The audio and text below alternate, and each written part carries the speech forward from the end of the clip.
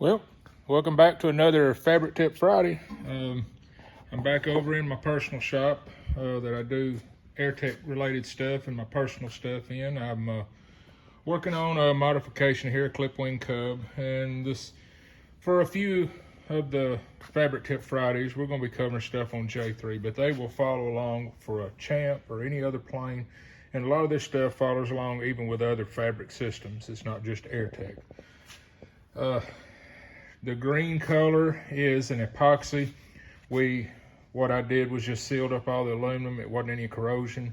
And it was a color, it's not one that we sell. We sell a chromate colored epoxy primer, but I was working on matching one and couldn't get it quite right. So I had a couple gallons left, and I'm not gonna be wasteful. It gets covered up in fabric and you can't see it. So I'm not throwing away 3 gallons of primer. So that's the reason it's green. What I want to cover is just alignment.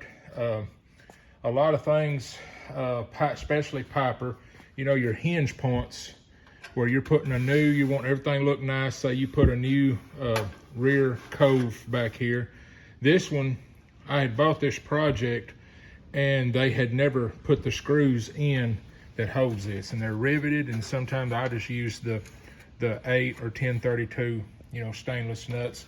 There's a Piper drawing on measurements under the spar and so many down and everything, but I like to go ahead. Now this aileron, I haven't even worked on it yet. I'm just putting it in there for alignment. I like to actually put the aileron I'm going to use on the hinges, whether you're going to do flat under the wing and mount a board or something to set, and checking all your gaps. Just if it was a perfect world and this was built in a jig and these were in a certain place, everything should fit. But you know, these airplanes are 70 years old and a lot of stuff's happened to them. Talking about the alignment, that part was on the hinge part, and also on your tips and your alignment. A lot of the areas here, when you put fabric on, the fabrics will pull when you heat it.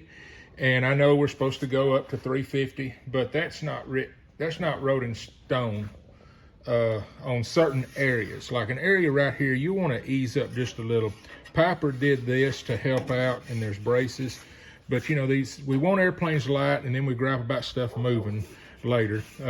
I like the Piper ribs. They're good and strong, and they're lightweight. But I did the conversion here, and just because Piper had a certain brace, I'm not going to get hung up on legality.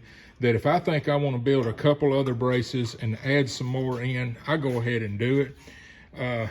When I put these ribs on, I like to put straight lines, make sure my root is going to be straight. A lot of the areas like right here, this tank is going to be closed. When you put the fabric over, we know that it's going to pull against that. I'm going to probably cut a thin piece of some type of wood. I may put some silicone or something to hold it in, because I know it's going to be trying to rub the tank. I went on ahead and spaced this one out because I didn't want any false spars or ribs that I'm having to rivet or do something. I laid it over just enough that I'll be able to stitch right there. All of these things you look at and think about. I know the first thing we want to do is unroll the fabric and, you know, smell that new fabric, but take your time at this point. Prep is where it's at to have a nice cover job. Also, you know, like I mentioned, these 70, 80-year-old airplanes, there's been repairs in the past. Just because something is repaired doesn't mean it's bad, but it's a time to look at their repair, see if it's held up well. But then also, just because something was repaired and it's went through one covering cycle, say 30 years or whatever, doesn't mean that it's good. I find a lot of repairs that are not up to, I'm not going to say not up to my standard. I don't think they're up to aircraft standards. And a lot of times you'll want to look at that. Whoever did this before, I'm not quite sure what this material is. It's like a wood with an aluminum on it. I'm gonna kind of work on this, because there's a little place right here that might need another brace or a cap. But they had went on ahead and put a wooden root in here, which looked like it worked real well. In this aileron, you know, sometimes it wouldn't hurt to put another one right here. Or I've even seen them put a little thin sheet of aluminum and rivet it, you know, because There's nothing worse than having that gap perfect at this point, and then by the time you stretch everything and you're painting it, and you're standing there in front of your friends and you see this big oval gap, all they can think of is, well, he didn't have nothing lined up before he covered it. So it's just a good time to go over those little areas and brace things up and think about what the fabric's going to do. And I think that's all I've got.